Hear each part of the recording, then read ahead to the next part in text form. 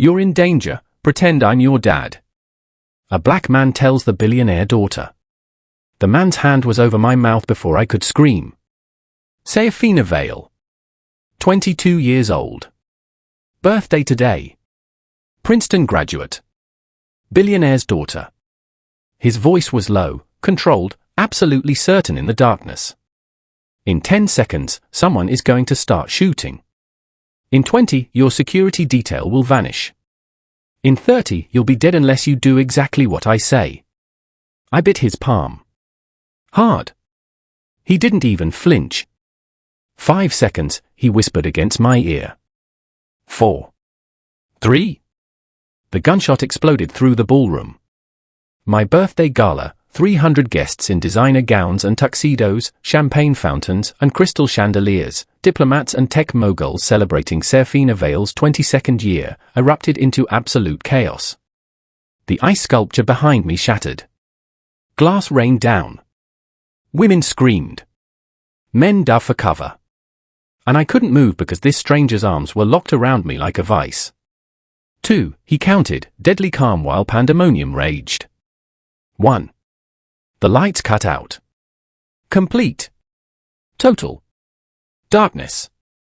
300 people started screaming at once, and I was one of them, or tried to be. His hand tightened over my mouth. Now comes the interesting part, the stranger murmured. Watch what your security does. The 4 men assigned to protect you tonight. Watch. How could I watch anything? I couldn't see anything in the pitch black. Emergency lights flickered on. Dim red. Barely illuminating the stampeding crowd. And through the chaos, I saw them, Davidson, Liu, Ortiz, Morrison. My personal security detail. The 4 men who'd been assigned to keep me safe tonight. All 4 of them were walking toward the exits. Away from me. Leaving. No, I breathed against the stranger's palm. That couldn't be right. That couldn't. Another gunshot. Closer. James Brennan, my father's head of security, crumpled to the marble floor 15 feet away. Blood bloomed across his white shirt. That's when true terror hit. Time to move. The stranger released my mouth but grabbed my wrist in an iron grip. Stay low. Stay quiet. Don't let go. Who the fuck are you? The only person here trying to keep you alive. Move. Now. He pulled me through the darkness with impossible confidence, weaving through panicking bodies, around pillars, away from the main exits. Every time I stumbled in my heels, his grip steadied me. Every time I tried to pull away, he held tighter. We hit a service corridor I didn't even know existed. He kicked the door shut behind us, checked both directions, then finally, I saw his face in the harsh fluorescent lighting. Black man. Early 30s. Tall, broad-shouldered, moving with military precision.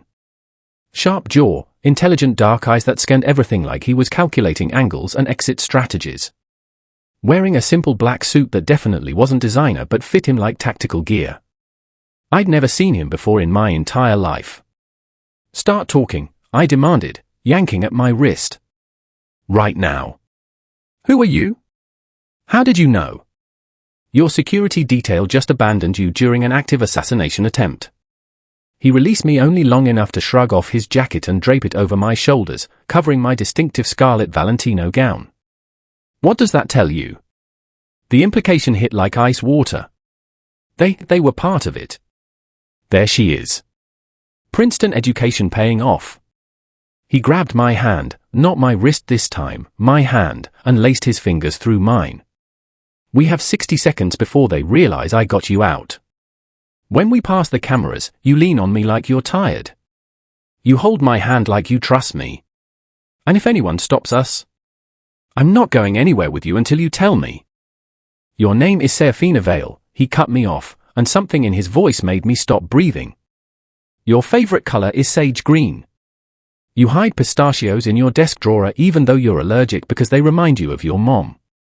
You have a scar on your left ankle from falling off a swing when you were 7. And right now, someone inside your father's empire wants you dead. My heart stopped. How do you know those things? Because I've been watching you for 22 years. The world tilted. Who are you? Malik Bishop. And we're out of time. Footsteps echoed from the direction we'd come, multiple sets, moving fast, tactical. Malik's expression shifted into something harder. Dangerous. Right now, Seraphina. Life or death. You come with me, or you go back and find out which of your father's trusted people is trying to kill you. This is insane. You're in danger.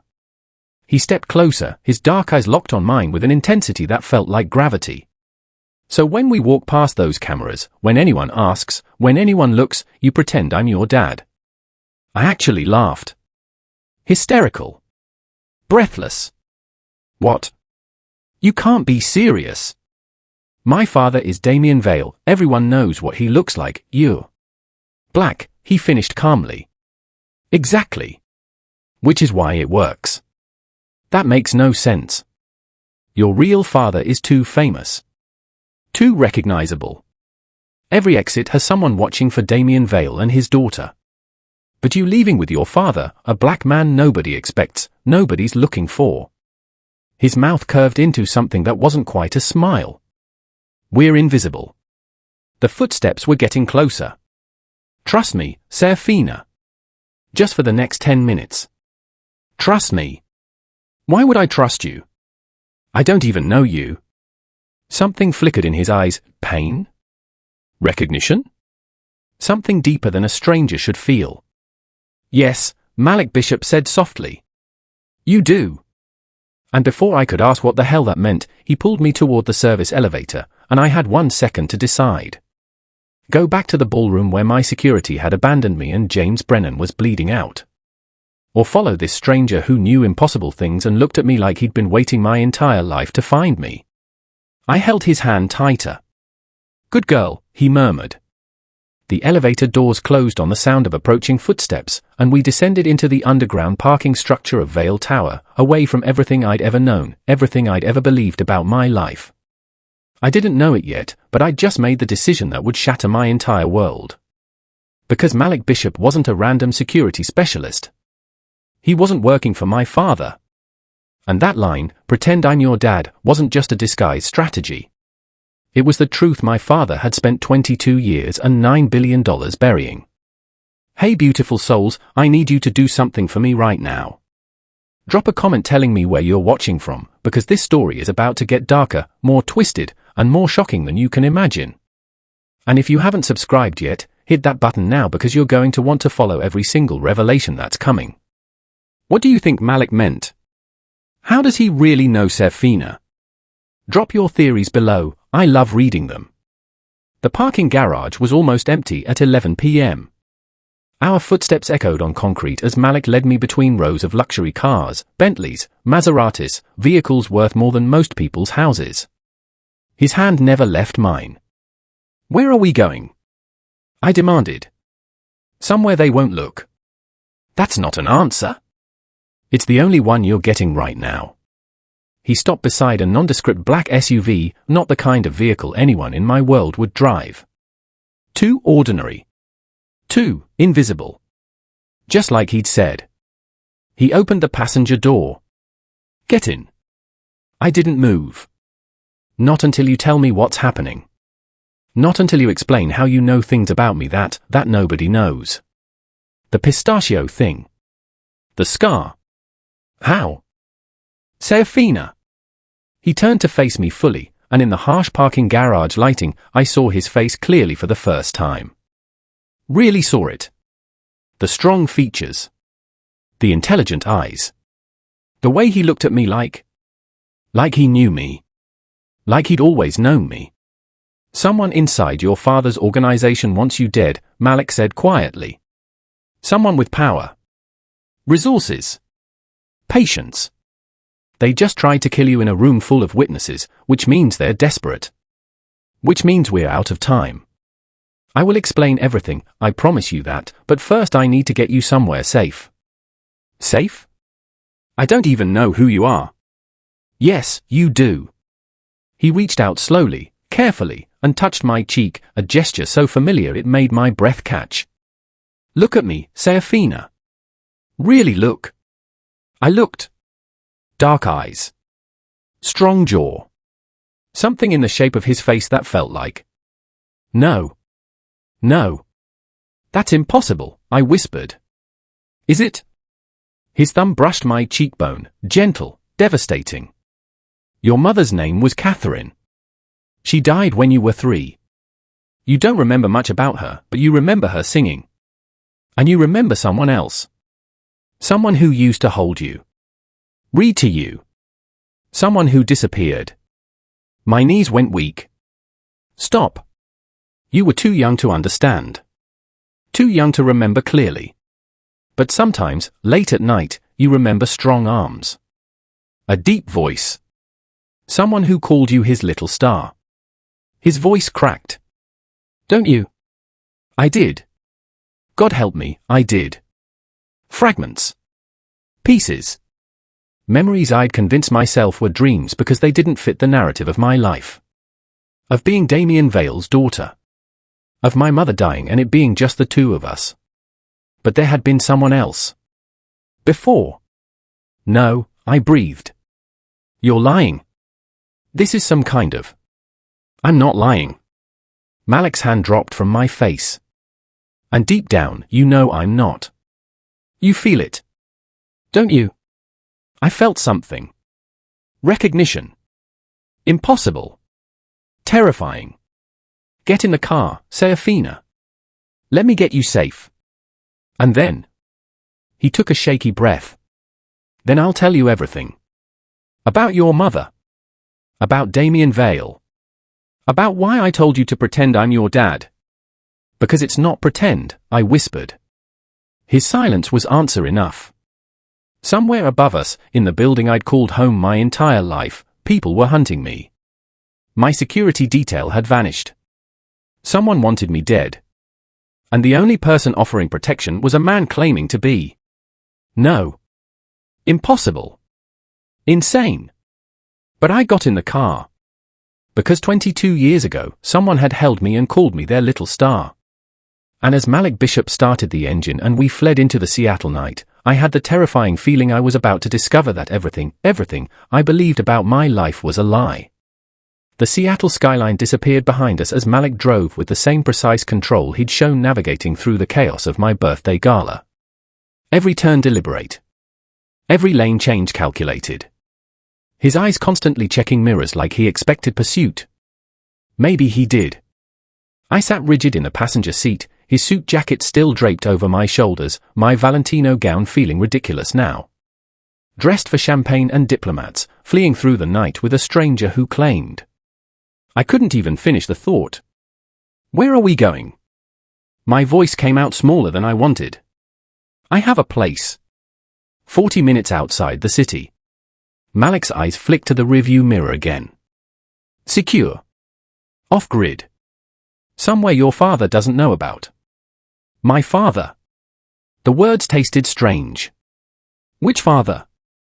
Damien Vale, the tech billionaire who'd raised me, given me everything, built an empire that had my name in the succession documents. Or the man driving. You said you'd explain. I turned to face him fully. We're in the car. We're away from whoever. So explain. Now. Malik's jaw tightened. You want the full story while I'm making sure we're not being followed. I want something.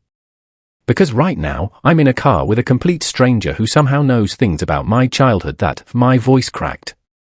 That I barely remember myself. So yes. Explain. He was silent for a long moment, navigating onto I-90 East, heading toward the mountains. Finally, he spoke. Your mother's name was Catherine Monroe, Malik said quietly.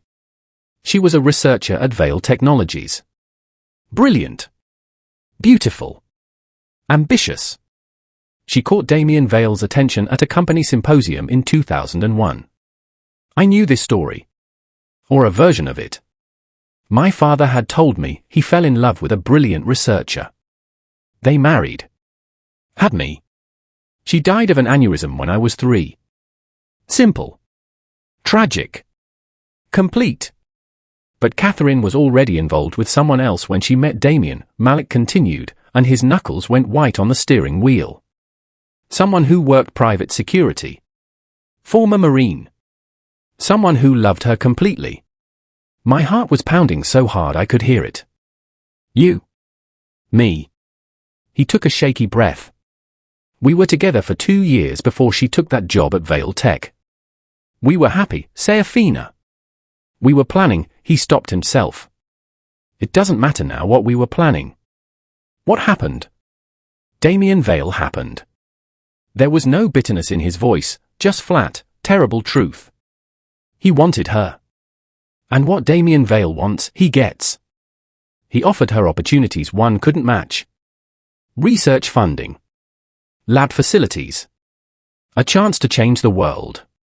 And he wanted her to leave me. I felt sick. She left you. She tried not to. Malik's voice softened. Catherine fought it for months. But Damien is persuasive. Powerful. He didn't just offer her a job, he offered her everything. And eventually, she convinced herself she loved him. Or maybe she did love him. I don't know anymore. So she married him. Yes. The single word carried decades of pain. Married him. And 9 months later, you were born. The implication hung in the air like smoke. No, I whispered. No, that's Damien Vale is my father. He raised me. He raised you, Malik agreed. But biology isn't about who's there for birthdays, Seraphina. It's about DNA. Timelines. Math. You're saying, I couldn't breathe. You're saying you're my biological father. I'm saying the timeline is interesting. He took an exit, heading into darker roads, away from streetlights. Catherine married Damien in March 2002. You were born December 31st, 2002. 9 months and 3 weeks. My mind raced, calculating. That could still be. Could be, Malik acknowledged.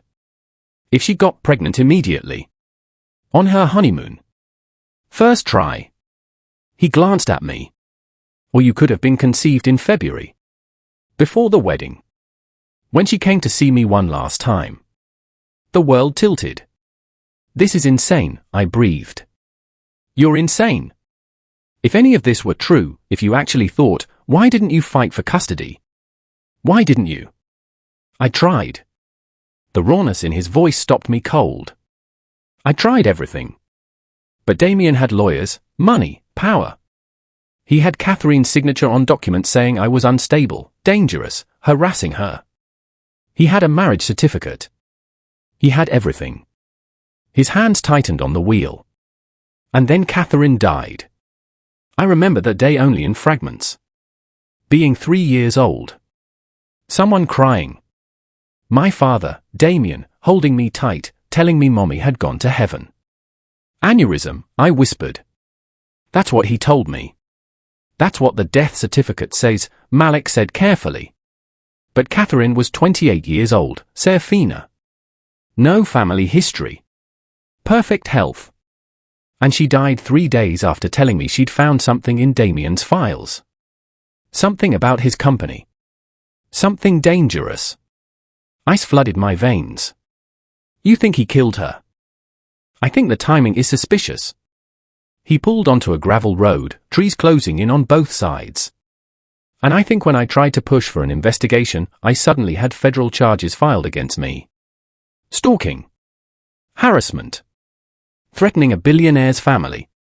I spent 6 months in jail, and by the time I got out, Damien had disappeared with you. New security. New protocols.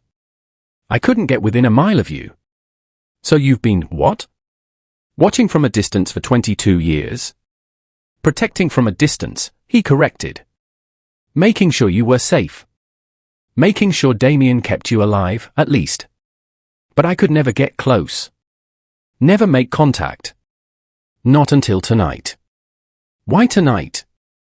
What changed? Malik pulled up to a small cabin, barely visible through the trees, no lights except what the headlights revealed. He killed the engine and finally turned to face me fully. 2 weeks ago, I intercepted communication suggesting someone was planning a move against you. Not just surveillance. Not just threats. Actual execution. I tried to warn Damien through back channels, but he shook his head. Either he didn't take it seriously, or he's involved. My father wouldn't. I stopped. Which father? And how well did I actually know Damien Vale? I thought about the man who raised me. Brilliant. Driven. Obsessed with security and control. Who taught me chess and strategy. Who sent me to the best schools, surrounded me with guards, monitored my every movement. Protection? Or control? I don't know what to believe, I whispered. I know. Malik reached out slowly, giving me time to pull away, and took my hand. His palm was calloused, warm, steady. I know this is overwhelming. I know you have no reason to trust me. But Seraphina, tonight someone tried to kill you at your own birthday party. Your personal security vanished. And the only person who showed up to save you is a man claiming to be your biological father. Claiming, I repeated. You said claiming. So you don't even know for sure. I know what Catherine told me the last time I saw her alive. His thumb brushed over my knuckles. She told me you were mine. She told me she'd made a mistake marrying Damien. She told me she was going to leave him and bring you to me. And then she died. And then she died. His voice cracked. And I lost both of you. I looked at this man, this stranger who somehow didn't feel like a stranger. Who moved like a soldier and spoke like someone who'd spent 22 years in pain. Who'd pulled me out of danger without hesitation. Who looked at me like I was his entire world. If this is true, I said slowly, if any of this is true, we could get a DNA test. Prove it. We could. Malik nodded. And we will, if you want that. But right now, the priority is keeping you alive long enough to get answers. Who wants me dead? If it's not just random. It's not random. He released my hand and pulled out his phone, scrolling through something. Someone inside Vale Technologies has been moving money. Lots of money. Through shell companies, offshore accounts. And 3 days ago, a contract went out. $500,000 for your death, made to look like an accident or robbery. My stomach turned. Who? Who would? That's what we need to figure out. He showed me his phone screen, financial documents, transaction records, things I only half understood. But whoever it is has access to your father's systems. His security. His network. Which means we can't trust anyone in that world. So what do? We disappear. We investigate. We figure out who wants you dead and why. He met my eyes. And we keep you alive. I looked at the cabin, dark, isolated, nothing like the penthouse suite I'd woken up in this morning. Nothing like my life. This morning I'd been Seraphina Vale, billionaire's daughter, heiress to an empire, believing I was safe and loved and knew who I was. Tonight I was a target with 2 possible fathers and no idea which version of my life was real. My voice broke. I need a minute. To process. To think. Take all the time you need. Malik pocketed his phone. I'll check the perimeter, make sure we weren't followed. There's supplies inside, I've kept this place stocked for years, just in case. You'll find clothes that might fit, food, basics. He paused. And Seraphina? Lock the door behind me. Don't open it for anyone but me. I'll knock 4 times, pause, then twice. Anything else?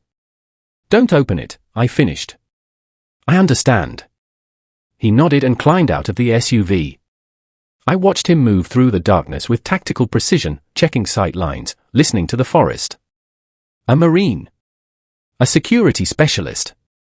A man who'd spent 22 years watching me from a distance. My father? I grabbed my phone from the hidden pocket in my gown, thank God for designer dresses with actual pockets, and my heart sank. No signal. Of course. Off-grid meant off-grid. Couldn't call Damien. Couldn't call anyone. Was that intentional? Was Malik isolating me? Or protecting me? I climbed out of the SUV, my heels immediately sinking into soft earth. Wrong shoes for everything happening tonight. Wrong dress. Wrong life. The cabin door was unlocked. Inside was sparse but functional, small living area, kitchenette, 2 doors that presumably led to bedroom and bathroom. Military neat. Clean. Impersonal except for one thing. A photograph on the small table. My hand shook as I picked it up. A younger Malik, maybe 25, with his arm around a beautiful woman with warm eyes and dark hair. Catherine Monroe. My mother. She was laughing at something off camera, and Malik was looking at her like she was his entire universe. And in the corner of the photo, barely visible, was an ultrasound image tucked into the frame. My ultrasound? I sank onto the couch, still holding the photograph, and for the first time since the gunshot shattered my birthday gala, I started to cry. Not delicate tears. Ugly, gasping sobs that I'd learned to suppress years ago in boarding school. Tears for the mother I barely remembered. For the life I thought I knew. For the terror of tonight. For the impossible choice between 2 fathers. For the growing, terrifying feeling that Malik Bishop was telling the truth. The door opened, for knocks, pause, 2 knocks, and Malik stepped inside. He saw me crying and froze. Seraphina. Is this her? I held up the photograph. Is this my mother? Yes. He closed the door quietly, locked it. That was taken about a month before she met Damien. We'd just found out she was pregnant. With me? With you. I looked at the ultrasound image. At the date printed in the corner. February 2002. 9 months before I was born. The timeline fit. God help me, it all fit. I don't know who I am anymore, I whispered. Malik crossed the room slowly and sat beside me, and not too close, giving me space. You're Seraphina Vale. You're brilliant, brave, and stronger than you know. You graduated top of your class from Princeton. You speak 4 languages. You have a scar on your ankle from a swing set, and you hide pistachios even though you're allergic. His voice softened. And whether I'm your biological father or not, whether you believe anything I've told you tonight or not, I will protect you with my life. That's a promise. I looked at this man who'd pulled me from danger. Who'd watched me for 22 years. Who'd lost everything and still kept vigil. I want the DNA test, I said. When this is over. When we figure out who tried to kill me. I want to know the truth. Done. He nodded. Anything else? Yeah. I wiped my eyes. I want to know everything. About my mother. About you. About what Damien might be hiding. All of it. Okay. And Malik? I met his eyes. If you're lying to me about any of this, I will make you regret it. A small, sad smile crossed his face. That's my girl. Catherine's fire. He stood, offered me his hand. Come on. Let's get you out of that dress and into something practical. Tomorrow we start hunting for answers. Tonight, you rest. I took his hand and let him pull me to my feet. My father, Damien, had given me everything. Wealth, education, opportunity, the world on a silver platter. But he'd never taught me how to fight for my life. Malik Bishop, this stranger who might be my real father, was about to teach me how to survive. And as I changed out of my designer gown and into tactical clothes that fit surprisingly well, I realized something terrifying. For the first time in 22 years, I felt like I was exactly where I was supposed to be. Even if that place was running for my life with a man I'd just met. Even if everything I believed about my identity was crumbling.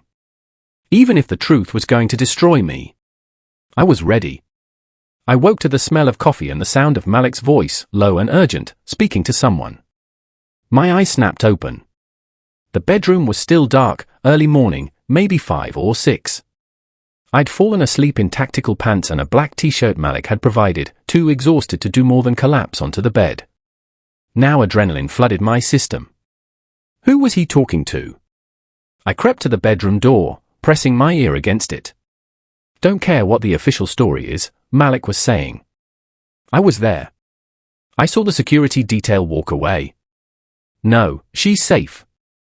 That's not your concern. Because I don't trust anyone in that building, that's why. Silence. He was listening to whoever was on the other end. Tell him his daughter is alive and protected. Nothing more. Another pause. If he actually cares, he'll understand why I'm not giving locations. He was talking about Damien. I eased the door open quietly. Malik stood at the kitchenette counter, his back to me, phone pressed to his ear. Dawn light filtered through the cabin windows, casting everything in grey and blue. I'll make contact when it's safe, Malik said. Not before. Yeah, you too. Stay alert. He ended the call and set the phone down, his shoulders tight with tension. Who was that? I asked. He spun, hand moving instinctively toward his waistband, toward a gun I now realized he'd been carrying all night. When he saw it was me, he relaxed slightly. Someone I trust, he said. One of maybe 3 people in this world who isn't compromised. That's not an answer. It's the best you're getting right now. He poured coffee into 2 mugs. How'd you sleep? Like I was running for my life. I crossed to the counter, accepting the mug he offered. Black, no sugar. How did he know I took it black?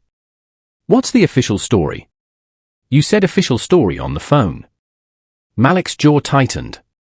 Turn on the TV. There was a small television mounted in the corner. I found the remote and clicked it on, flipping to a news channel. My own face stared back at me. Tragedy at the Vale Tower last night, the news anchor was saying, her expression grave. 22-year-old Seraphina Vale, daughter of tech billionaire Damien Vale, is missing following a violent incident at her birthday celebration. Security footage shows Ms. Vale leaving the building during the chaos, but her current whereabouts are unknown.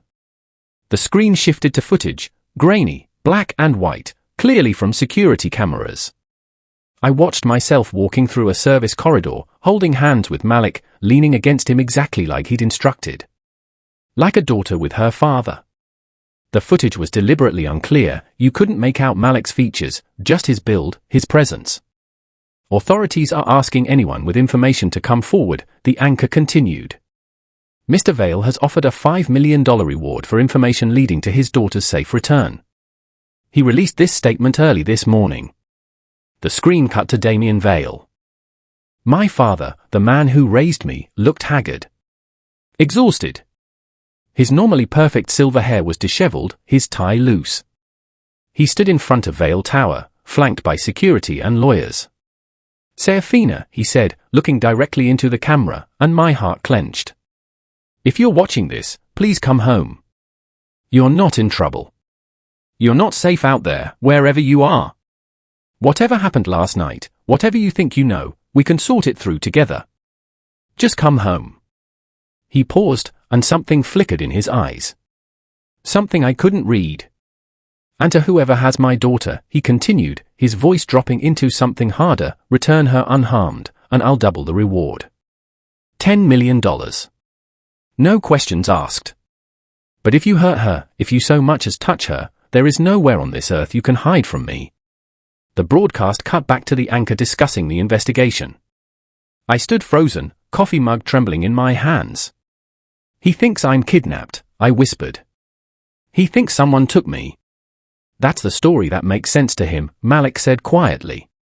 The alternative, that you left willingly with someone who claims to be your biological father, that's not a narrative Damien Vale can accept. He looked, I couldn't finish. Damien had looked destroyed. Terrified. Like a father who'd lost his child. Not like a man who'd orchestrated an assassination attempt. This doesn't make sense, I said. If Damien wanted me dead, why offer a reward? Why go on television looking like that? Because he's a billionaire who just lost control of his most valuable asset, Malik said. You're not just his daughter, Seraphina. You're his heir. His succession plan. His legacy. Whether he wanted you dead or not, he needs you back. But my phone buzzed. Both of us froze. I thought there was no signal, I said.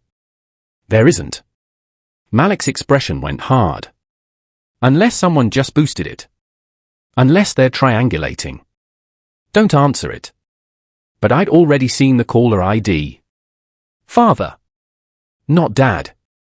Not Damien. Just Father, the way I'd programmed it into my phone when I was 16 and going through a phase of formal distance. It buzzed again.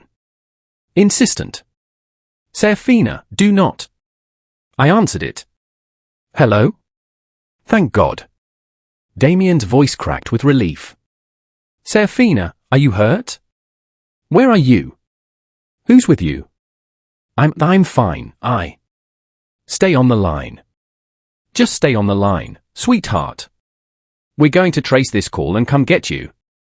You're going to be safe. I promise. My blood went cold. Trace the call. Malik's eyes widened. He lunged for my phone, but I was already hearing it, background noise on Damien's end. Clicking. Voices. Someone saying, got a location, she's. You're tracking me, I breathed. For your safety, Damien said quickly. Seraphina, whoever has you, they're dangerous. They're lying to you. That man you're with. How do you know it's a man? Silence. Too long.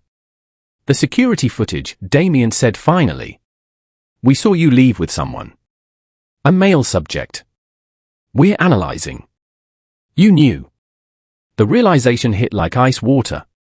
You knew exactly who I left with. You know who Malik is. Another pause. Then, is that what he's calling himself? Seraphina, listen to me very carefully. Malik Bishop is a disturbed individual with a decades-long obsession with our family. He's convinced himself of delusions about your mother, about you. He spent time in jail for trying to investigate my mother's death. I cut him off. For asking questions you didn't want answered. Seraphina. Is he my biological father? The silence stretched so long I thought the call had dropped. Answer me, I demanded. Is Malik Bishop my biological father? This isn't a conversation for a phone call, Damien said, and his voice had shifted into something I'd never heard before, cold, controlled, dangerous. This is a conversation we have face to face, after I've ensured your safety. That's not a denial. Seraphina Vale, you listen to me. All pretense of warm concern vanished. You are my daughter. I raised you. I protected you. I gave you everything. And right now, you're in danger from people you can't even imagine. People inside my organization who want to use you, hurt you, or worse. You need to come home. Now. People inside your organization. I repeated. You mean the security detail that abandoned me? The people who shot James Brennan? Those people. We're handling. Is James alive? He's in critical condition. And Seraphina, we've identified the shooters. They were hired contractors, not my people. Someone infiltrated. Someone with access, I interrupted. Someone close. Someone you trust. Malik told me that last night. Malik is manipulating you. Damien's voice rose. He's been planning this for years. Waiting for an opportunity to get close to you, to turn you against me, to destroy everything we've built. You can't trust him. And I can trust you. The words came out harder than I intended. The man who maybe lied about who my real father is? Who maybe killed my mother? Who maybe? I have never lied to you about anything that mattered, Damien said, and there was real pain in his voice now. And I did not kill Catherine. I loved Catherine. She was my wife. The mother of my child. He stopped. Seraphina, please. Just tell me where you are. Let me send someone to get you. Someone you trust. Your godfather, what about Marcus Hightower? You trust him, don't you? Marcus Hightower. My godfather. Damien's best friend and CFO of Vale Technologies. Who'd been at the gala last night. Who'd had access to my security schedule. Who managed the company's finances? Who could move money through shell companies and offshore accounts? I have to go, I whispered. Seraphina, don't you dare. I ended the call and threw the phone on the counter like it was burning me. How long was I on? I asked Malik. He was already typing on his laptop. 90 seconds. Long enough to triangulate if they have the right equipment. Which Damien definitely has. He slammed the laptop shut. We need to move. Now.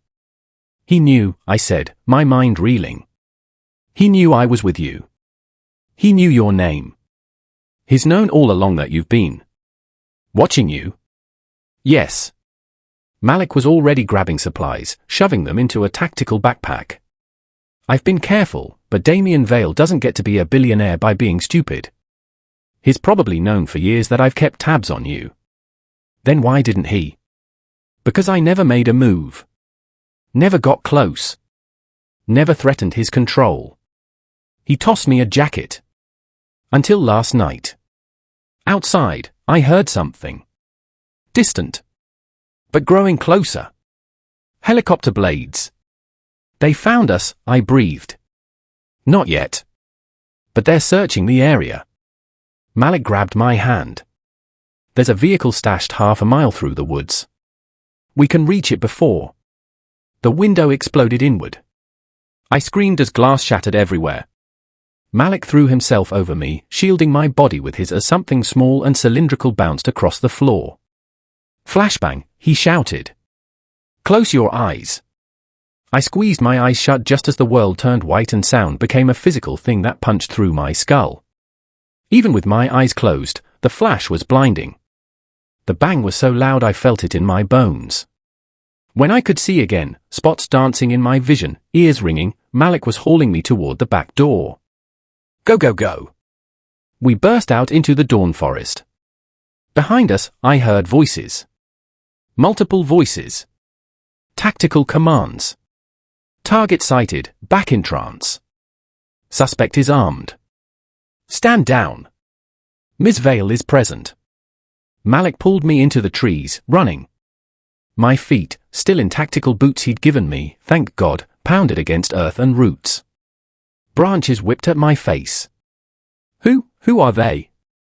I gasped. Private contractors. Could be Damien's people. Could be whoever wants you dead. Either way, we run. A shot rang out.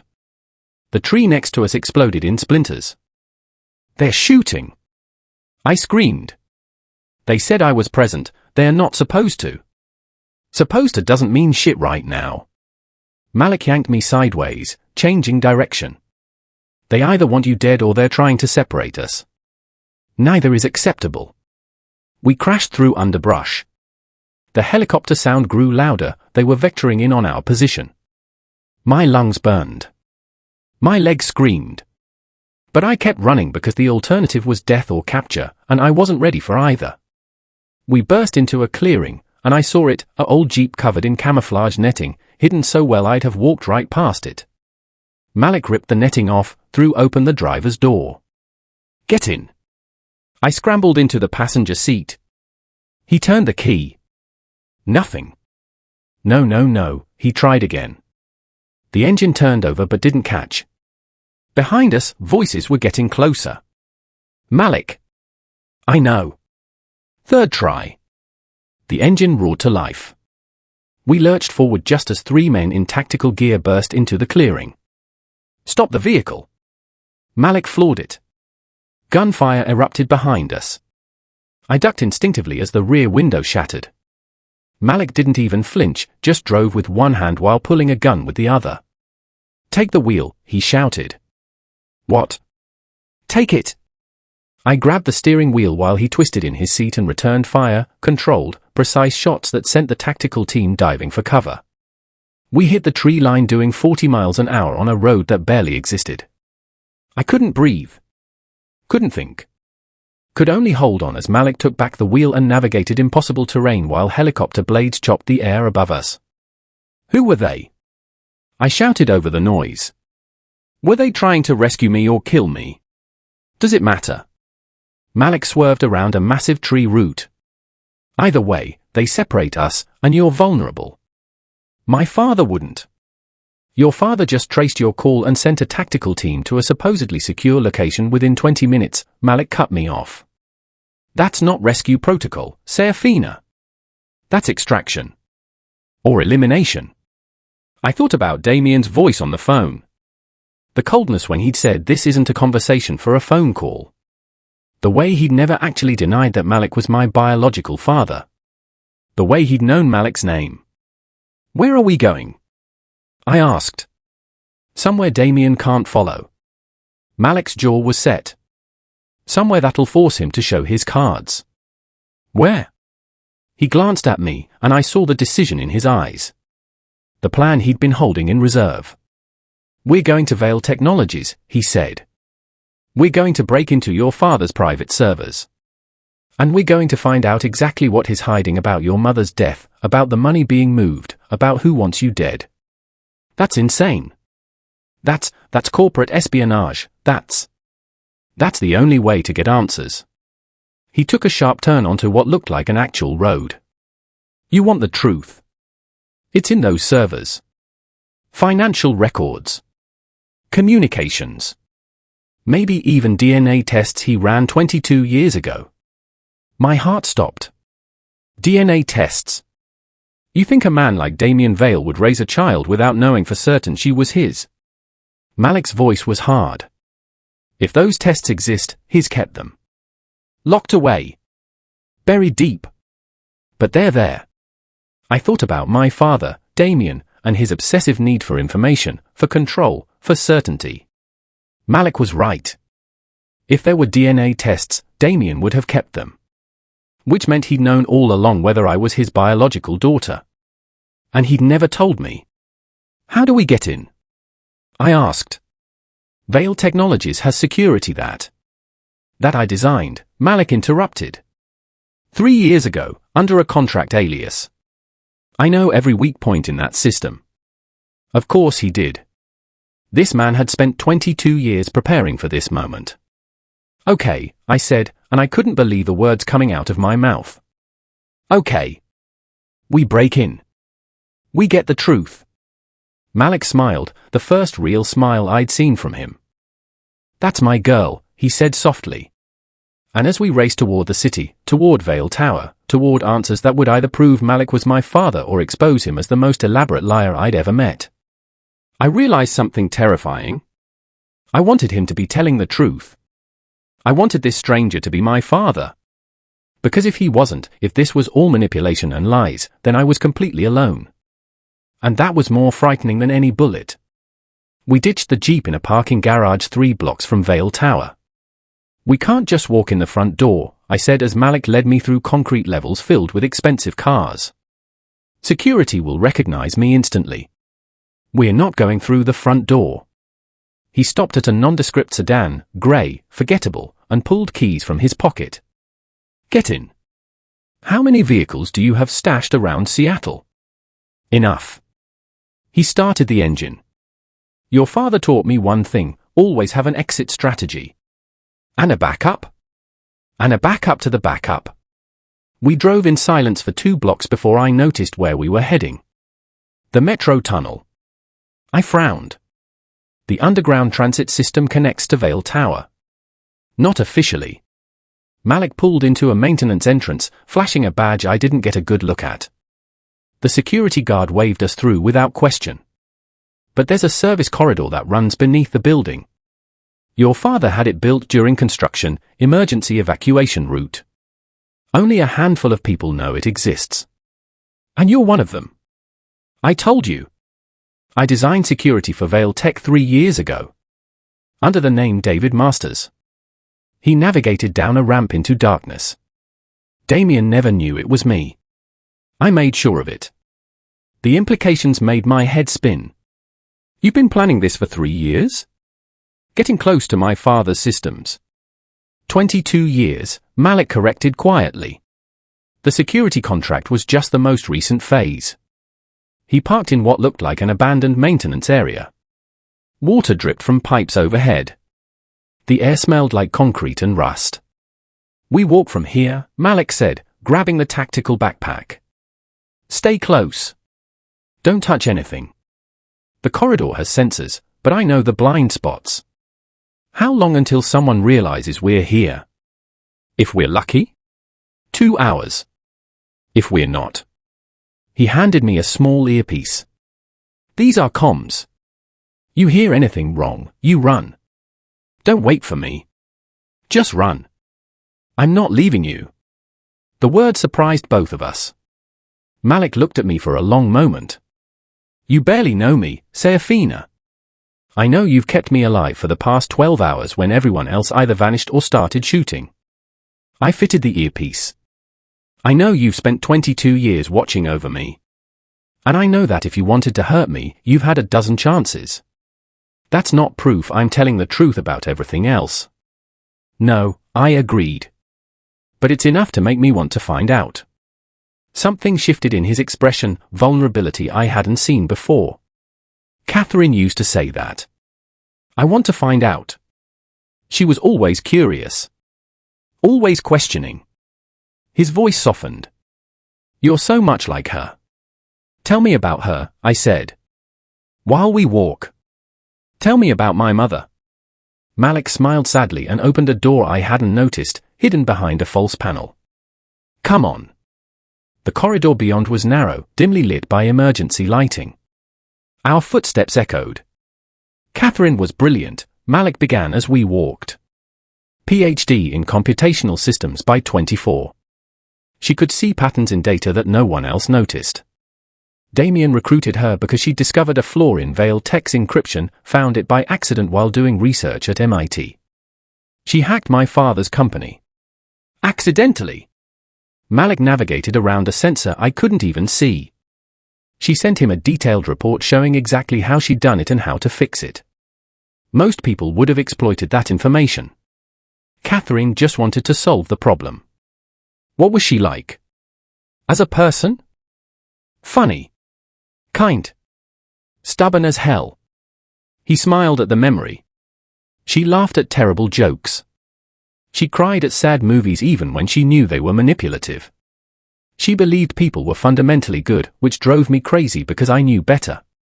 You loved her. I loved her more than anything. His voice cracked.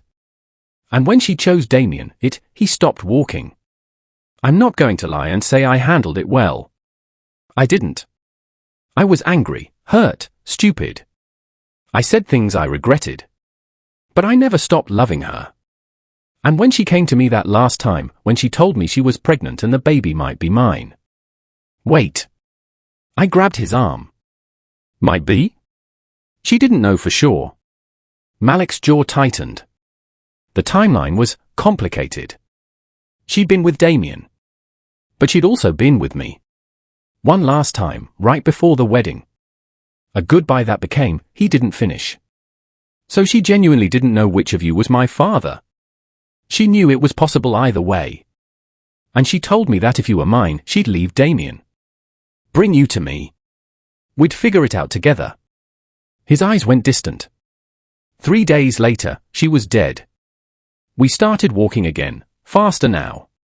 I could feel time pressing on us. The files we're looking for, I said. What exactly are we after? 3 things. Malik held up fingers. 1. Any DNA tests Damien ran on you. If they exist, they'll be in his private files, not company records. 2. Financial transactions from the past month. The shell companies, the offshore accounts, the contract on your life. And 3. Anything related to Catherine's death. Medical records, autopsy reports, anything he might have kept. That's a lot to find in 2 hours. I'll take 30 minutes. He stopped at another hidden door. I know exactly where Damien keeps his most sensitive files. I've been mapping his digital infrastructure for 3 years. The door opened into a server room, rows of black equipment humming with power, lights blinking like artificial stars. This is it, Malik whispered. The heart of Vale Technologies. Everything your father has ever done, every secret he's ever kept, it's all here. He moved to a terminal and his fingers flew over the keyboard. Screens lit up with code, security protocols, encryption layers. I watched him work, and something occurred to me. Malik? If you've had access to these systems for 3 years, why wait until now? Why not get the answers before? His hands paused on the keyboard. Because breaking in remotely would have left traces. Damien would have found them, locked me out, maybe hurt you to punish me. But now? He resumed typing. Now we're already blown. He knows I have you. He knows we're together. The game's already in play, so we might as well get what we came for. And if we find proof you're not my biological father? The question hung in the air. Malik didn't look at me. Then I'm a man who's wasted 22 years on a beautiful lie. And you go back to Damien. To your real life. To safety. What if we find proof you are? Now he looked at me. Then everything changes. For both of us. A screen beeped. Malik's eyes widened. Got something, he said. DNA analysis. Multiple files. Dated. He scrolled. December 2002. January 2003. March 2003. He ran 3 separate tests. My heart stopped. What do they say? Malik opened the first file. I watched his face as he read, trying to decipher his expression. Malik? What does it? Probability of paternity, he read aloud, his voice strange. Damien Vale and Seraphina Vale, 0.02%. The world tilted. That's 0, I whispered. That means he's not. He's not your biological father. Malik opened the second file. This one's from a month later. Same result. And this one, he opened the third. 3 months old. 0.02%. He ran the test 3 times, Seraphina. And every time, the answer was the same. I couldn't breathe. He's known for 22 years that I'm not his biological daughter. And he never told you. Malik's voice was hard. He raised you anyway. Claimed you as his heir. Built his succession plan around you. All while knowing that I wasn't his. I sank into a chair, my legs giving out. Why? Why would he do that? Because you were Catherine's daughter. Malik pulled up another file. And he loved Catherine. Maybe loved her enough to raise her child even knowing she wasn't his. Or because I was useful, I said bitterly. An heir. A legacy. A way to hold on to Catherine even after she died. Maybe both. Malik kept searching. But Seraphina, if Damien's not your father, and the timeline suggests I am. Do you have a file? I cut him off. Did he test your DNA? Malik's fingers flew. Looking, yes. Here.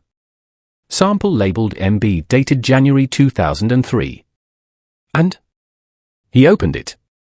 I watched his face transform, shock, joy, pain, everything at once.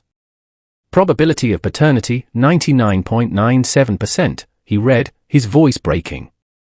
Seraphina, I'm your father. I'm actually your father. I should have felt something. Joy, relief, certainty. Instead, I felt numb. He knew, I whispered. Damien knew you were my real father, and he kept me anyway. Kept me from you. Sent you to jail. Threatened you. All while knowing the truth. That son of a bitch. Malik's hand clenched into fists. That absolute son of a... An alarm blared. Red lights flooded the server room. Unauthorized access detected, a computerized voice announced. Security protocol initiated. Shit. Malik grabbed a USB drive, shoving it into the terminal. They found us faster than I thought. We need these files. The door we'd come through slammed shut. Magnetic locks engaged with heavy chunks of metal. Malik. My voice went high with panic. Working on it. He typed frantically. Come on, download. Attention intruders, the voice said. You have 60 seconds to surrender before countermeasures are deployed. What countermeasures? I demanded. Nothing good. The download bar crawled across the screen. 70%. 80. 45 seconds. Malik. I know. 90%. I heard something hissing. Looked up. Vents in the ceiling were opening. Is that gas? Knockout gas. Non-lethal. Probably.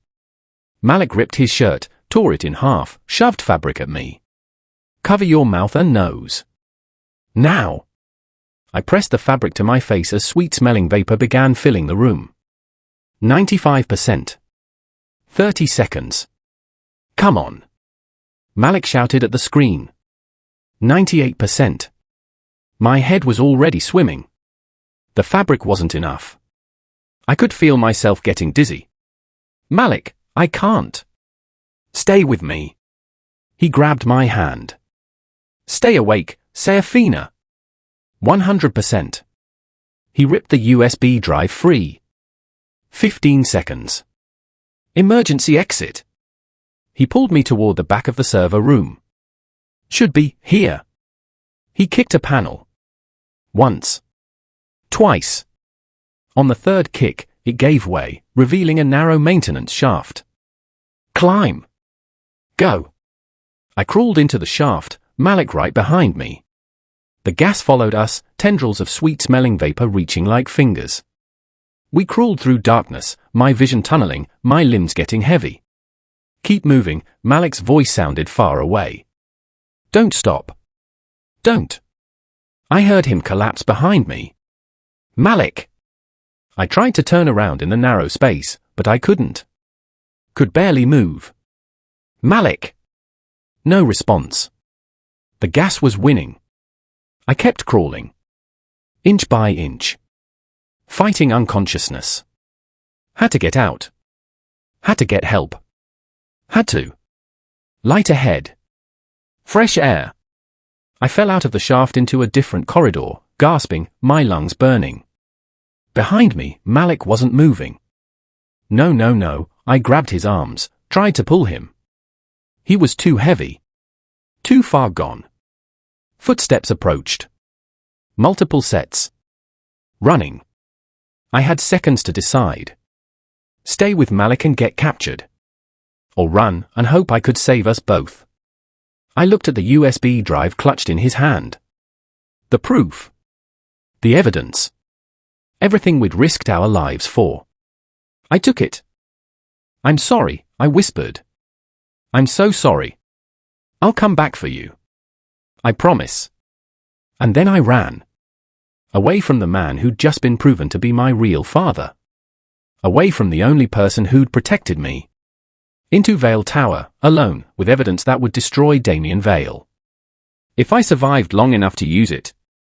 I stumbled through corridors I'd walked 1,000 times, but everything looked different through my gas-hazed vision. The USB drive burned in my pocket like a live coal. Behind me, alarms still wailed. They had Malik. My father, my real father, was unconscious in Vale Tower's security custody, and I'd left him there. I'll come back. I have to come back. But first, I needed leverage. I needed to know what else was on this drive. I ducked into a bathroom, executive level, the one I'd used countless times during visits to Damien's office. Locked myself in a stall and pulled out my phone. Still no signal in most of the building, but the executive floors had different protocols. Damien had insisted on it. In case of emergency, he'd said. The irony wasn't lost on me.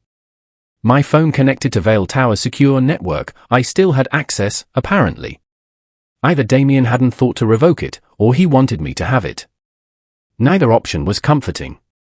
I pulled out the USB drive with shaking hands and used the adapter I kept in my phone case, a habit from Princeton, from late-night study sessions and last-minute file transfers. The drive contained dozens of files. DNA tests. Financial records. Encrypted documents. And one video file dated March 15, 2003. 3 months after I was born. My finger hovered over it. Whatever was on this video, it would change everything. I knew it with the same certainty I knew Malik was telling the truth about being my father. I pressed play. The screen showed a hospital room. Private, expensive. Catherine, my mother, sat in the bed, holding a baby. Holding me. She looked exhausted but radiant, her dark hair pulled back, hospital gown wrinkled. And she was looking at someone off camera with such love it made my chest ache. Are you recording? Her voice. I'd forgotten what she sounded like. Damien, why are you? For her. Damien's voice came from behind the camera. Younger, softer than I'd ever heard it. When she's older. So she knows. Knows what? The camera moved, and suddenly I could see Damien sitting beside the bed. Younger, 40 instead of 62, but recognizably him. He reached out and touched my mother's face with devastating gentleness. That I loved you, he said quietly. Both of you. No matter what. Catherine's eyes filled with tears. Damien, we need to talk about. I know she's not mine biologically. His voice was steady. I've known since the test came back. And Catherine, I don't care. My mother's face crumpled. How can you not care? She's Malik's daughter. The man she couldn't finish. The man you loved first, Damien finished for her? I know. And maybe part of you still loves him. But Catherine, you chose me. You married me. You're building a life with me. And this baby, our baby, because that's what she is regardless of DNA, she deserves better than being caught in the middle of our mistakes. This isn't fair to you. Fair? Damien laughed, but it was sad. Nothing about love is fair. But I'm choosing this. I'm choosing you. I'm choosing her. He looked down at baby me with such tenderness. Seraphina. Our little star. Catherine wiped her eyes. What about Malik? He deserves to know he has a daughter. And here it came. The truth I'd been dreading. Damien's expression hardened. Malik Bishop is unstable. Obsessive. He can't let you go, Catherine. He's been calling, showing up at the office, making threats. He's hurt and angry. That doesn't mean. It means he's dangerous. Damien's voice went cold. And I won't risk our daughter's safety because of his inability to move on. I've already taken steps. Legal steps. If he comes near you or Seraphina again, he'll be arrested. You can't do that. He's her biological father. And I'm her real father. The one who'll raise her. Protect her. Give her everything. Damien touched my infant face on the screen. He can't give her stability, Catherine. He can't give her the life she deserves. You know that. My mother was crying now. This is wrong. We're stealing his child. We're protecting our child. Damien pulled her close. Trust me, Catherine. This is what's best for everyone. Especially Seraphina. The video ended. I sat in that bathroom stall, staring at the blank screen, my whole body shaking. Damien had known. He'd known from the beginning, and he'd chosen to be my father anyway. Not out of deception. Out of love. But he'd also stolen me from Malik. Deliberately. Systematically. Who was the villain in this story? The man who loved my mother enough to raise another man's child? Or the man who kept that child from her biological father? My phone buzzed. A text from an unknown number. Seraphina. I know you're in the building. Come to my office. Alone.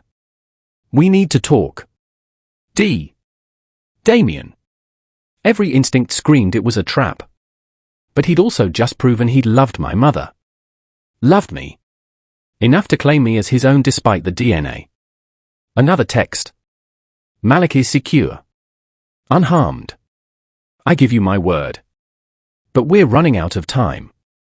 Someone wants you dead, and it's not me. Please, Seraphina. Trust me one more time. The bathroom door opened.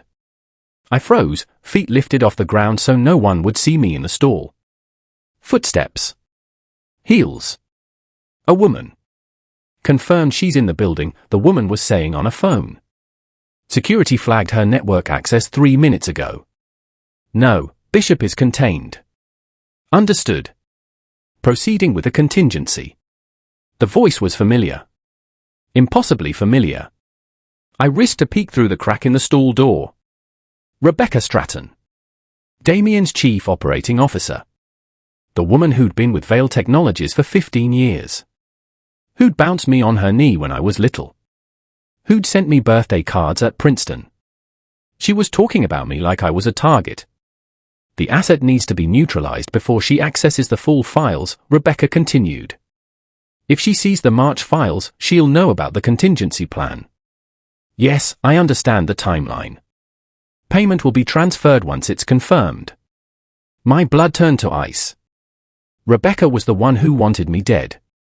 Not some random enemy. Not a business rival. The woman I'd known my entire life. I'll handle it personally, Rebecca said. It'll look like she got caught in crossfire during Bishop's extraction. Clean. Simple. Yes, sir. She won't leave this building alive. She hung up and walked out. I sat frozen, my mind racing. Rebecca had ordered the hit at my birthday gala. Rebecca had hired the contractors. Rebecca had access to everything, my schedule, my security, the company's money. But why? What contingency plan? What March files? I scrolled frantically through the USB drive. Found a folder labeled March 2025, Contingency. Opened it. Financial documents. Legal papers. And one file that made my heart stop. Succession_plan_revised.pdf. I opened it with shaking hands. The document outlined the transfer of Vale Technologies' control upon Damien's death or incapacitation. Standard stuff. Except, in the event that primary heir Seraphina Vale is deceased or unable to inherit, full controlling interest transfers to Chief Operating Officer Rebecca Stratton, effective immediately. She inherited everything if I died. $9 billion. Complete control of Vale Technologies. Everything Damien had built. But only if I was dead first. The bathroom door opened again. Seraphina. Rebecca's voice, sweet as poison. I know you're in here, darling. Security tracked your phone signal. There's nowhere to go. I looked at the stall walls. No windows. One door. No escape. Your father is waiting for you, Rebecca continued. I heard her heels clicking closer, checking stalls. He's very worried. We all are. This situation with Malik Bishop, it's tragic, really. A disturbed man manipulating a young woman. Taking advantage of her trauma. She was 3 stalls away. But we can fix this, Rebecca said. You come with me. We'll get you safe. And we'll make sure Malik never hurts anyone again. 2 stalls away. I made a decision. Burst out of the stall, phone in one hand, USB drive in the other, and ran straight at Rebecca. She wasn't expecting it. I crashed into her, sending us both sprawling. Help! I screamed at the top of my lungs. Someone help! She's trying to kill me. Rebecca recovered fast, grabbing my wrist. You stupid little girl. The bathroom door exploded open. Security guards flooded in. But whose security? Rebecca's people? Damien's? Ms. Vale. One of them, Rodriguez, I recognized him from 1,000 visits, reached for me. Are you hurt? She's trying to kill me. I shouted, pointing at Rebecca. She's the one. The hit at my birthday, the contract, everything, it's her. Rebecca stood smoothly, brushing off her suit. The poor thing is hysterical. Bishop's clearly drugged her or. I have proof. I held up the USB drive. Financial records. The contingency plan. She inherits everything if I die. Rodriguez's expression shifted. He looked at Rebecca. I need you to come with me. We'll sort this out in. Rebecca moved. Faster than anyone expected. Her hand went to her jacket. Gun! Rodriguez shouted. Everything happened at once. Rodriguez tackled me to the ground. Other guards drew weapons. Rebecca's gun cleared her jacket. And Damien Vale walked through the door. Enough! His voice boomed with absolute authority. Everyone stand down. Now! Rebecca froze, gun half raised. The guards froze. I froze. Damien looked older than I'd ever seen him. Exhausted. Heartbroken. But his eyes were sharp as ever as they took in the scene. Rebecca, he said quietly. Put the gun down. Damien, she has classified files. She's been compromised by Bishop. I said put it down. Steel in his voice now. That's not a request. Rebecca's hand trembled. For a moment, I thought she'd shoot anyway. Thought she'd kill me, kill Damien, kill everyone rather than lose. Then she lowered the gun. Smart choice, Damien said. He looked at Rodriguez. Take Ms. Stratton into custody. Full security lockdown. No communications. No visitors. Sir. Do it. Rodriguez moved fast, disarming Rebecca and securing her hands behind her back. This isn't over, Rebecca hissed at me as they led her away. You think you know everything? You don't know anything. Ask him about your mother. Ask him how she really died. Then she was gone. And I was alone with Damien Vale. The man who'd raised me. Loved me. Lied to me. The man who wasn't my biological father but had chosen me anyway. We stared at each other across the bathroom floor, and 22 years of history hung between us like a blade. You saw the video, he said quietly. Not a question. I saw it. And the DNA tests. Those two. He nodded slowly. Then you know. You know everything. Not everything. I stood on shaking legs. Rebecca said to ask you how my mother really died. So I'm asking. How did Catherine die? Damien's face crumpled. And I knew, before he said a word, that the truth was going to destroy what was left of my world. She didn't have an aneurysm, he whispered. She was murdered. And Seraphina. His voice broke. I'm the one who killed her. The words hung in the air like poison. I'm the one who killed her. I couldn't breathe. Couldn't move. Could only stare at this man, this stranger wearing my father's face, as he confessed to murdering my mother. No, I whispered. No, you loved her. I saw the video. You? I did love her. Damien's voice cracked. I loved her more than anything. Which is why when she told me she was leaving, when she said she was taking you to Malik, I panicked. The bathroom felt too small. Too airless. She was going to leave you. You were 3 years old. She discovered something in my files, financial irregularities, things I'd done to build the company that weren't legal. She said she couldn't be part of it anymore. Couldn't raise you in that environment. He leaned against the wall like his legs wouldn't hold him. And she'd reconnected with Malik. He'd gotten out of jail. He wanted his daughter back. And Catherine, she wanted to give you to him. So you killed her. The words tasted like ash. Not intentionally. Damien's eyes were wild. We argued. In our bedroom. She was packing your things, and I was begging her to stay. It got heated. She said terrible things. I said worse. And then she tried to leave. Tried to take you right then. What did you do? I grabbed her arm. To stop her. To make her listen. His hand shook. But she pulled away, and she was at the top of the stairs, and she fell, I finished, my voice hollow. Fell, he confirmed. Down an entire flight.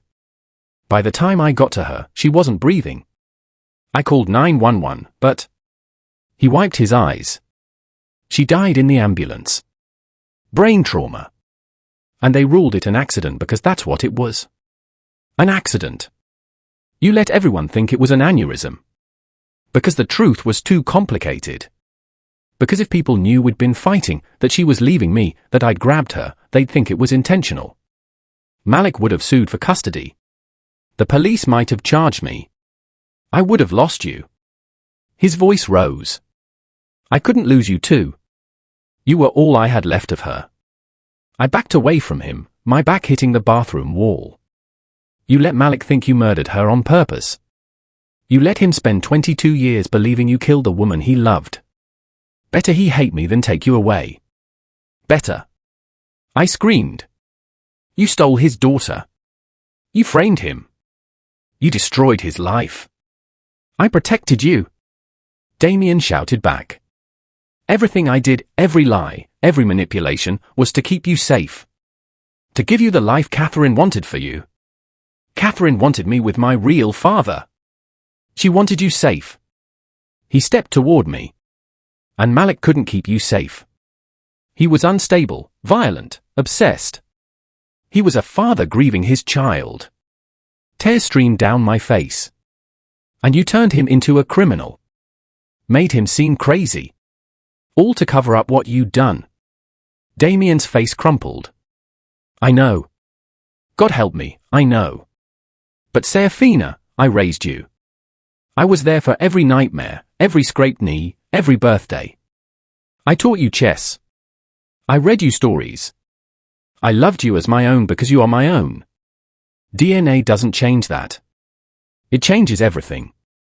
I clutched the USB drive. Malik spent 22 years watching from a distance. Protecting me without ever getting to know me. While I gave you everything, Damien interrupted. Education. Opportunity. Safety. Love. Built on lies. Built on love, he corrected. Complicated, messy, imperfect love. But love nonetheless. My phone buzzed. A text from an unknown number. Seraphina, they're moving Malik. Basement level detention. You have 10 minutes before federal transfer. Rodriguez. Federal transfer.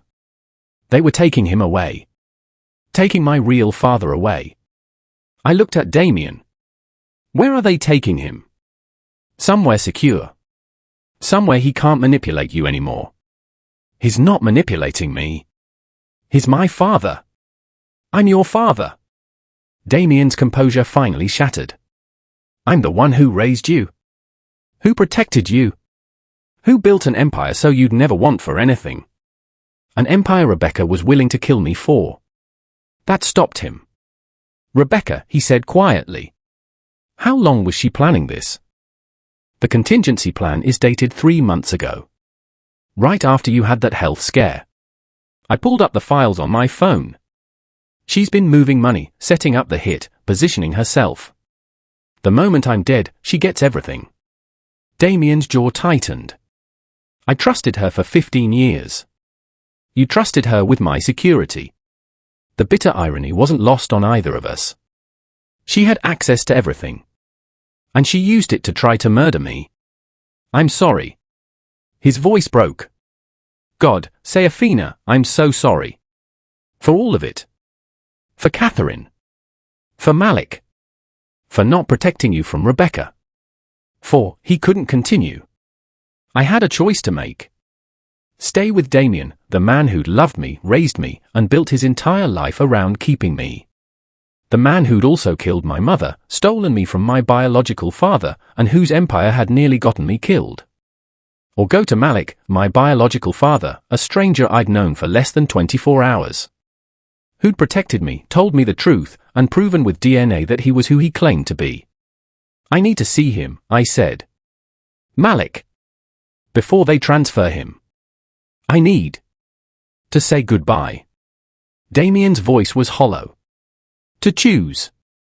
I met his eyes. You had 22 years with me, Damien. He deserves at least 10 minutes. Something in Damien's expression broke. If you go to him, you're not coming back. You know that, don't you? I don't know anything anymore. He'll take you away from everything you've ever known. Everyone you've ever loved.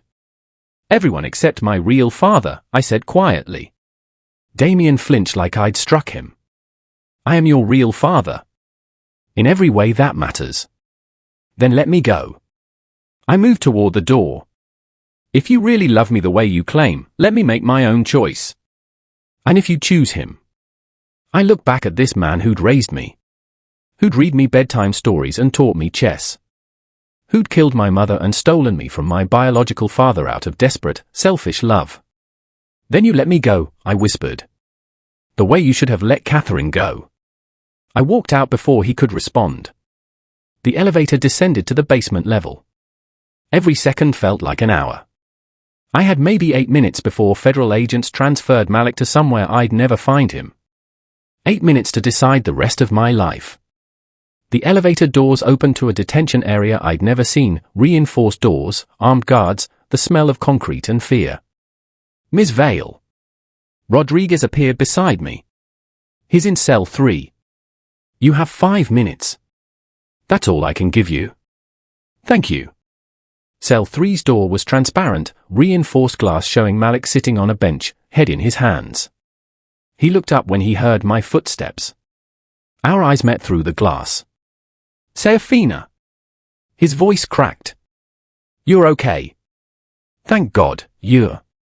I saw the DNA tests, I interrupted. I know you're my biological father. I know Damien isn't. Malik stood slowly. And Damien just told me how my mother really died. Tears spilled down my cheeks. An accident. During a fight. Because she was leaving him. Because she wanted to bring me to you. His face went white. She was leaving him? For me? For both of us. I pressed my palm against the glass. She wanted us to be a family. And he grabbed her, and she fell, and she died. And you spent 22 years thinking he murdered her intentionally when it was just an accident that he covered up with lies, Malik finished bitterly. That destroyed my life. That stole you from me. Yes. We stood there, glass between us, the weight of 22 years of lies crushing down. What are you going to do? Malik asked quietly. Rodriguez says they're transferring you in 3 minutes. Federal custody. I don't know where. That's not what I'm asking. He placed his palm against the glass, matching mine.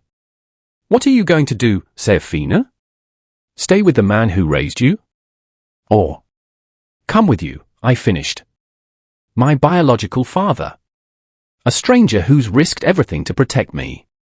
I'm not a stranger. His voice was fierce.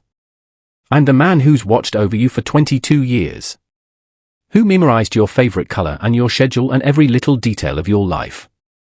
Who broke into Vale Tower to prove you're my daughter. Who will never, ever stop fighting for you. I know. But I'm also the man who can't give you what Damien can. The empire. The wealth. The life you've always known. His hand trembled against the glass. If you choose me, Seraphina, you're choosing uncertainty. Danger. A father who's wanted by one of the most powerful men in America. And if I choose Damien, then you're choosing safety. Familiarity. Everything you've ever known. His eyes filled with tears. And I disappear. Again. For another 22 years. Or forever. Footsteps approached. Rodriguez's voice, Ms. Vale. Time's up. Federal agents are here. I had 10 seconds to make a choice that would define the rest of my life. Stay with Damien, the man who'd loved me enough to claim me, and loved me so much he destroyed lives to keep me. Or go with Malik, my real father, who I barely knew, who offered nothing but truth and uncertainty. I looked at Malik through the glass. Looked at his hand pressed against mine, separated by inches and 22 years of stolen time. And I made my choice. Rodriguez, I said, not breaking eye contact with Malik. Open the door. Ms. Vale, I can't. Open it. Now. That's an order from the primary heir of Vale Technologies. Rodriguez hesitated. Then I heard the lock disengage. I stepped into the cell. Malik stared at me. Seraphina, what are you? I threw my arms around him. For the first time in 22 years, I hugged my real father. He froze for a heartbeat, then his arms wrapped around me, tight, desperate, like he was afraid I'd disappear. I choose you, I whispered against his chest. I choose the truth. I choose my real father. His whole body shook. You don't know what you're giving up. I know exactly what I'm giving up. I pulled back to look at him. A beautiful lie. And I'm choosing an ugly truth instead. Because you earned me. You fought for me. You never stopped. Miss Vale. Rodriguez's voice was urgent. Federal agents are in the building. If you're doing something, do it now. I turned to him. You sent me that text. You're helping us. Why? Because I was there the night your mother died, Rodriguez said quietly. I was new security then. And I saw Mr. Vale at the top of those stairs. Saw the look on his face. And I've spent 22 years wondering if I should have said something. My heart stopped. You knew. I suspected. And when I saw you running from Miss Stratton, saw the fear in your eyes, I couldn't stay silent anymore. He pulled keys from his belt. Service exit, end of the hall. There's a car waiting. You'll have maybe 3 minutes before they realize you're gone. You'll lose your job, I said. Worse. Damien will. Some things matter more than a paycheck. He handed Malik the keys. Go. Both of you. Before I change my mind. Malik grabbed my hand. Thank you, Rodriguez. We ran. Down the corridor, our footsteps echoing. Behind us, I heard voices, federal agents arriving, someone shouting orders. We burst through the service exit into underground parking. A nondescript sedan waited, engine running. How did Rodriguez? I started. Questions later. Move now. Malik threw open the passenger door. I climbed in just as the service door exploded open behind us. Stop. Federal agents. Malik floored it. We tore through the parking structure, tires screaming. Behind us, agents scrambled for their vehicles. They're going to follow us, I said, my heart hammering. I know. Malik took a turn so sharp I slammed against the door. But I've been planning escape routes for 22 years. They haven't. We emerged onto Seattle streets, daylight now, morning traffic, people going about normal lives while mine was imploding. Malik drove with precision, weaving through traffic, taking turns that seemed random but clearly weren't. Where are we going? I asked. Airport. I have a plane waiting. Private charter, untraceable.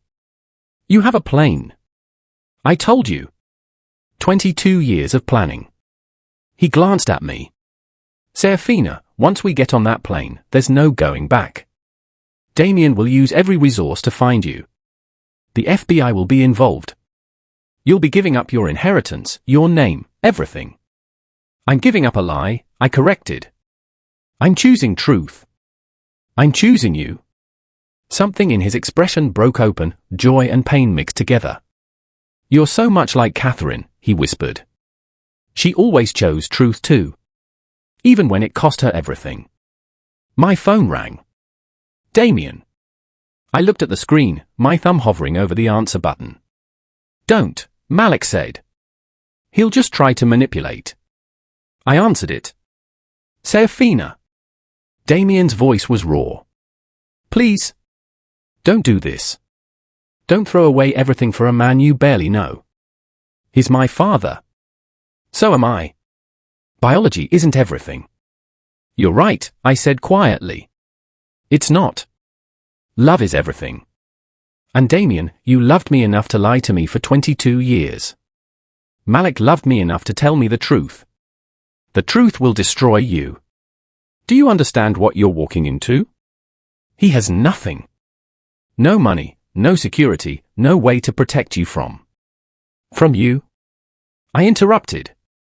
Because that's what this is really about, isn't it? You're not worried about my safety. You're worried about losing control.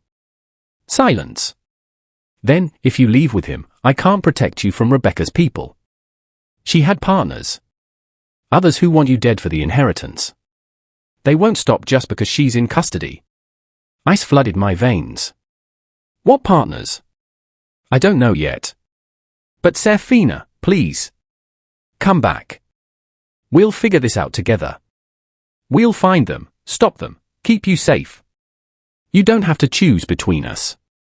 You can have both. No. My voice was firm. I can't. Because you'll never let me go. You'll always find a reason I need to stay. Need your protection. Need your control. That's not fair. Neither is stealing someone's child. I looked at Malik. I'm sorry, Damien. For everything. But I'm going with my real father. And you need to let me go. Seraphina. I ended the call. Turned off my phone. And with it, turned off 22 years of Seraphina Vale, Billionaire's daughter. That took courage, Malik said softly. That took everything I had. I wiped my eyes. Please tell me you actually have a plan beyond get on a plane. I have a plan. He pulled onto the highway heading toward SeaTac Airport. We fly to Vancouver.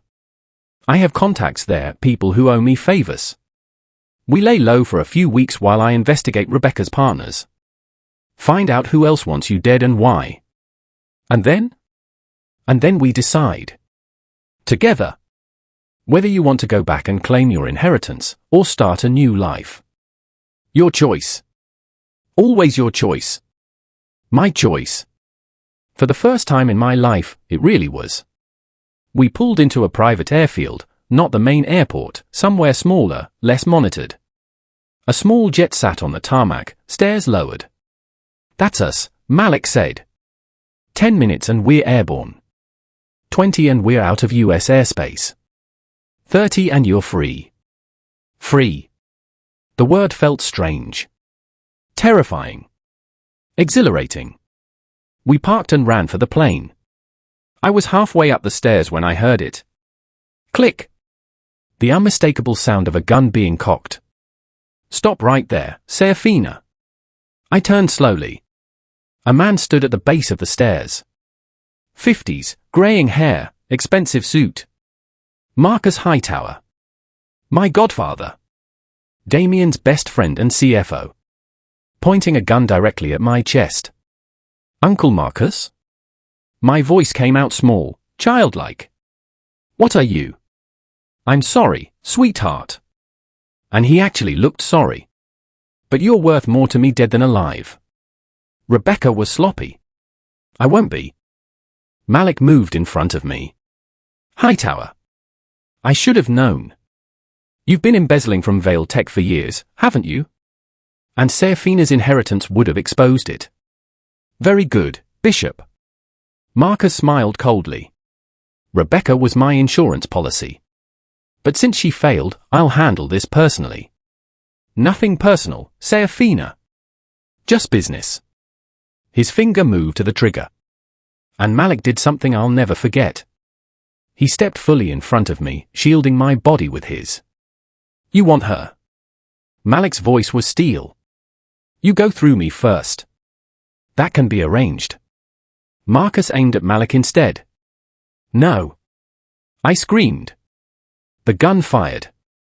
The gunshot echoed across the airfield. But Malik didn't fall. Marcus did.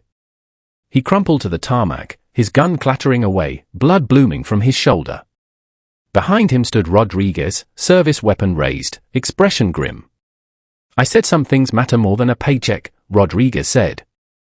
Didn't say I was going to let you two idiots die. Rodriguez. I gasped. How did you? Tracked your route. Called it into the one person I knew would help. He lowered his weapon as another figure emerged from a black sub I hadn't noticed. Damien Vale. My heart stopped. Damien walked past Marcus, who was groaning on the ground, and stopped at the base of the stairs. He looked up at me and Malik with an expression I couldn't read. Rodriguez called me 20 minutes ago, Damien said quietly. Told me about Hightower. About the embezzlement. About how my best friend of 30 years was planning to murder my daughter. Damien, I can explain, Marcus gasped from the ground. Shut up. Damien didn't even look at him.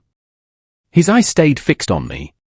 I've spent 22 years controlling everything. Controlling you. And Rodriguez made me realize something.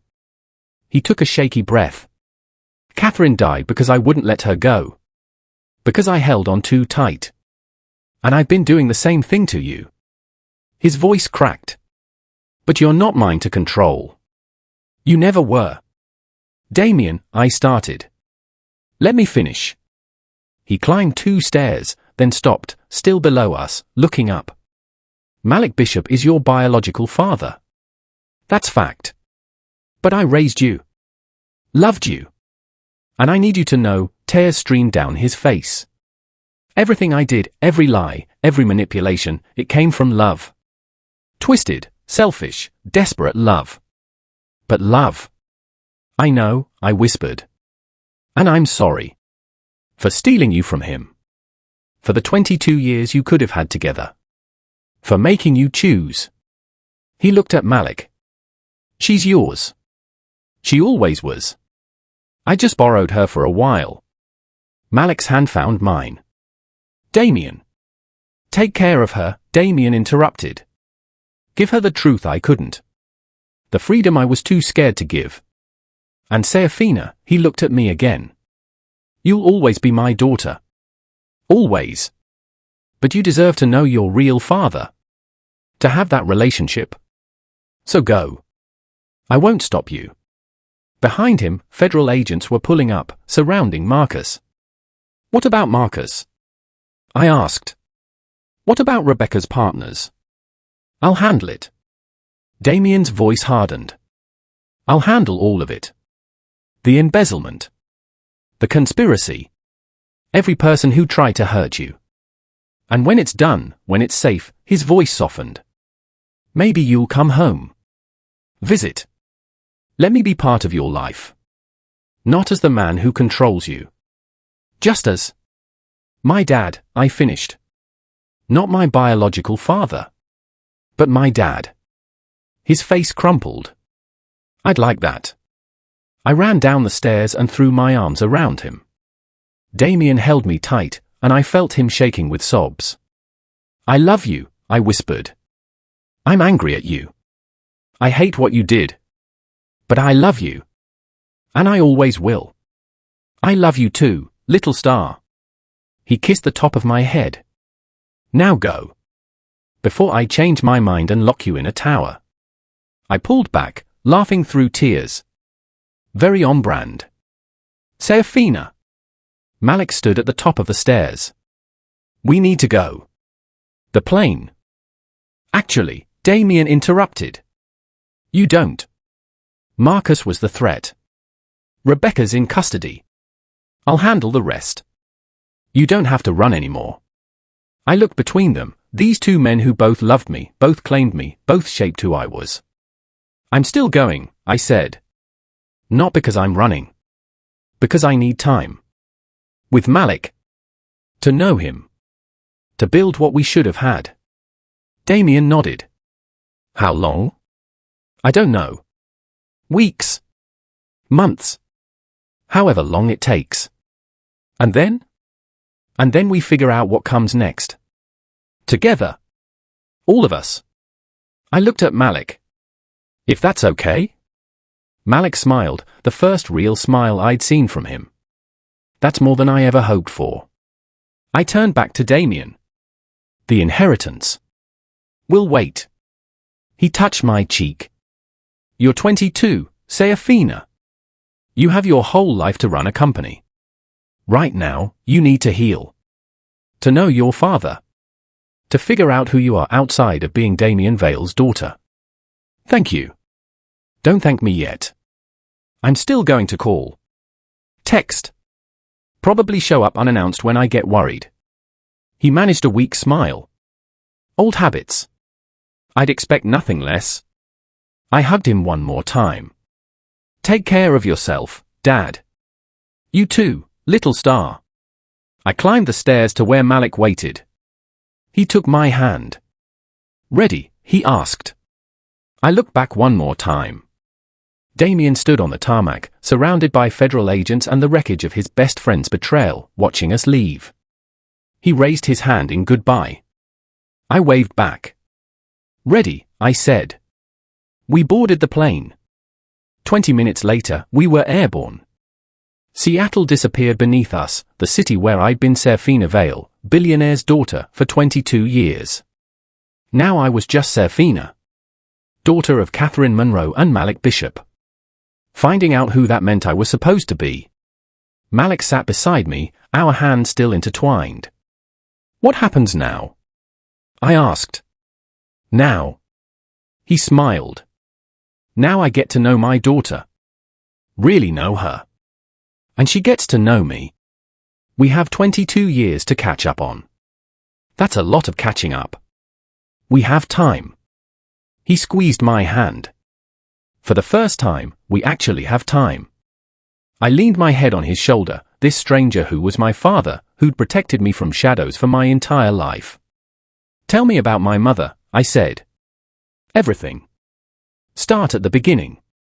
And as the plane carried us toward whatever came next, Malik began to talk. He told me about Catherine's laugh. Her brilliance. Her kindness. Her stubborn streak that I'd apparently inherited. He told me about their love story, beautiful and tragic and cut too short. He told me about watching me grow up from a distance. Every school play he'd secretly attended. Every graduation he'd witnessed from the back row. Every birthday he'd celebrated alone, thinking of the daughter he couldn't hold. And I listened, crying and laughing and grieving for the father I'd never known and the mother I barely remembered. Outside the window, the world stretched endless and full of possibility. For the first time in my life, I was free. Free from lies. Free from control. Free to choose my own path. And I chose truth. I chose family, complicated, messy, broken, but real. I chose both my fathers, the one who gave me life and the one who gave me everything else. I chose myself. 6 months later. I stood in front of the mirror in a small apartment in Vancouver, adjusting my blazer. Simple. Professional. Nothing like the designer clothes that used to fill my closet at Vale Tower. You ready? Malik called from the living room. Almost. 6 months. Half a year since I'd boarded that plane and left Seattle behind. Half a year of learning who Malik Bishop really was, not the mysterious protector from the shadows, but my dad. He taught me how to defend myself. How to read people. How to cook terrible pasta and laugh at his worst jokes. We talked for hours every day, making up for 22 years of lost conversations. And slowly, carefully, I'd been rebuilding my relationship with Damien too. Weekly video calls at first. Then monthly visits. He'd kept his promise, cleaned house at Vale Technologies, prosecuted Marcus and Rebecca, made the company safer. But he'd also kept his distance, letting me choose how much contact we had. It was healing. Seraphina. Malik appeared in the doorway. The car's here. You sure about this? I looked at him, my father, who'd given up everything to protect me, who'd spent 6 months showing me what unconditional love actually looked like. I'm sure, I said. We drove to the airport in comfortable silence. My phone buzzed with a text from Damien. Safe flight, little star. I'll see you soon. D. I smiled and texted back. See you in Seattle, Dad. Because that's what today was. The day I went home. Not to stay. Not to take over the company or resume being Seraphina Vale, heiress. Just to visit. To see Damien. To start building something new, a relationship with both my fathers. At the gate, Malik pulled me into a hug. 2 weeks, he said. Then you're back here. 2 weeks, I confirmed. Then back home. Home. This small Vancouver apartment had become home. With Malik. With truth. But Seattle was home too. With Damien. with my past. I was learning I could have both. I'm proud of you, Malik whispered. Your mother would be too. Yeah? Yeah. You chose truth over comfort. Love over control. You're exactly who she hoped you'd be. I boarded the plane with tears in my eyes and peace in my heart. 2 hours later, I walked through SeaTac Airport and saw Damien waiting, no security detail, no bodyguards, just him. Older. Tired. But smiling. Hey, Dad, I said. Hey, little star. He hugged me tight. Welcome home. I'm only staying 2 weeks. I know. But you came back. That's enough. We drove to Vale Tower, not to live, but to visit. To have dinner. To talk about his plans for the company, my plans for the future, and everything in between. That night, sitting in his penthouse, Damien asked the question I'd been waiting for. What do you want, Seraphina? Long term. The inheritance is still yours if you want it. The company. Everything. I thought about it. About the girl I'd been 6 months ago, polished, controlled, living a beautiful lie. And the woman I was becoming, free, messy, living in truth. I want to work, I said. Not because I'm your heir. Because I'm good at what I do. Let me earn a position at Vale Tech. No special treatment. Just let me prove myself. Damien smiled. You already have. But if you want to do it officially, okay. Start in analysis. Work your way up. And I want to split my time. Half here, working. Half in Vancouver, with Malik. Deal. And I want both of you in my life. Both my dads. No more choosing. Seraphina. Damien's voice was thick with emotion. I don't deserve. Nobody deserves anything, I interrupted. We just choose who we love and how we love them. I choose both of you. Messy and complicated and imperfect. But real. He nodded, unable to speak. And for the first time in 6 months, in 22 years, maybe ever, everything felt right. 3 years later. I stepped up to the podium at the Vale Technologies annual conference, looking out at thousands of faces. Employees. Investors. Press. In the front row sat 2 men. Damien Vale, my dad, who'd raised me. Now semi-retired, watching with pride. Malik Bishop, my father, who'd given me life. Now head of Vale Tech Security, finally acknowledged, finally home. Both of them. Together. My family. 3 years ago, I learned that the truth, no matter how painful, is always better than the most beautiful lie. Today, I'm honored to announce Vale Technologies' new transparency initiative. As I spoke about ethics, about truth, about building companies on foundations of honesty rather than control, I caught Damien's eye. He mouthed, proud of you. I caught Malik's eye. He mouthed, your mother would be too. And I realized, this was what Catherine had wanted all along. Not perfection. Not control. Just truth and love and family, however complicated that looked.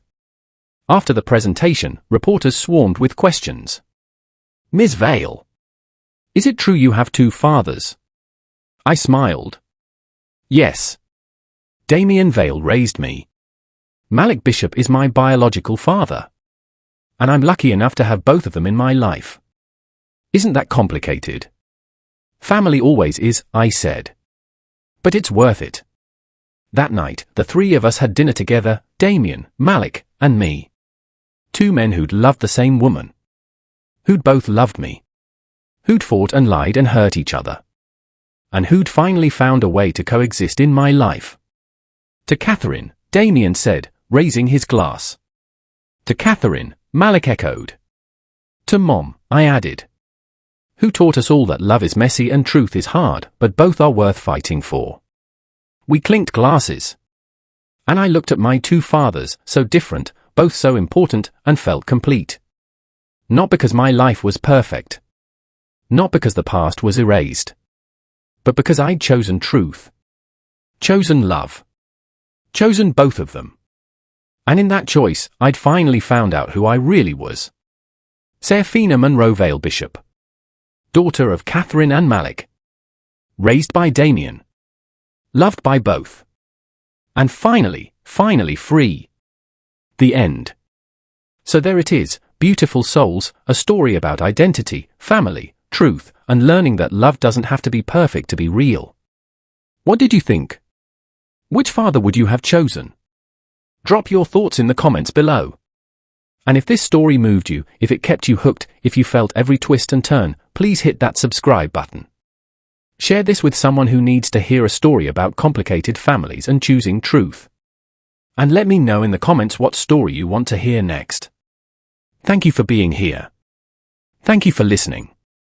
And remember, the truth might hurt, but it's the only foundation worth building a life on. Until next time, keep choosing truth. Keep choosing love. Keep being brave enough to face both. Much love. Red Heart Hash.